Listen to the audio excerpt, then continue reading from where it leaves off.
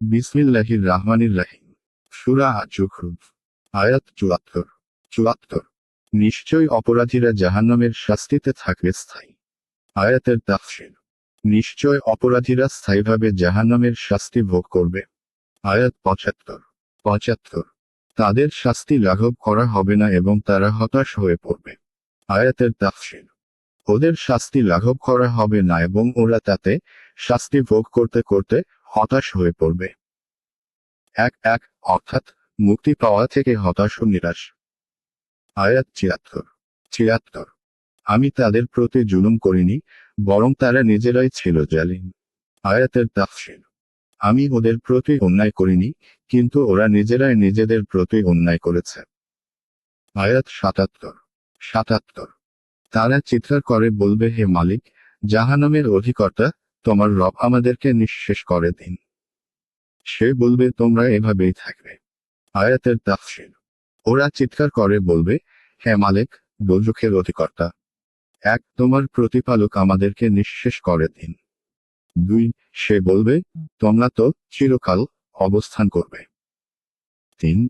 জাহান্নামের দারোগার নাম। অর্থাৎ আমাদেরকে মৃত্যু দান করুন, যাতে আযাব থেকে নিষ্কৃতি পেয়ে যাই। অর্থাৎ সেখানে মৃত্যু আবার কোথায়?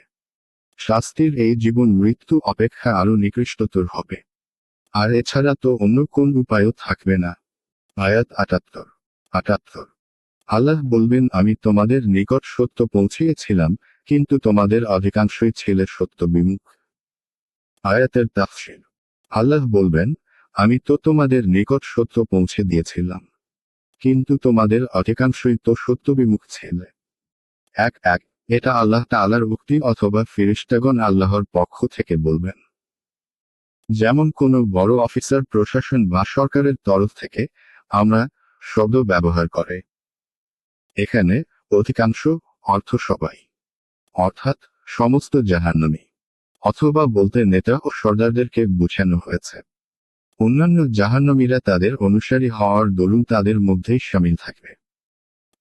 সত্য বলতে সেই দিন ও পয়গাম, যা পয়গম্বরগণের মাধ্যমে মানুষের মাঝে পাঠিয়েছেন। আর সর্বশেষ সত্য হলো কোরআন ও ইসলাম।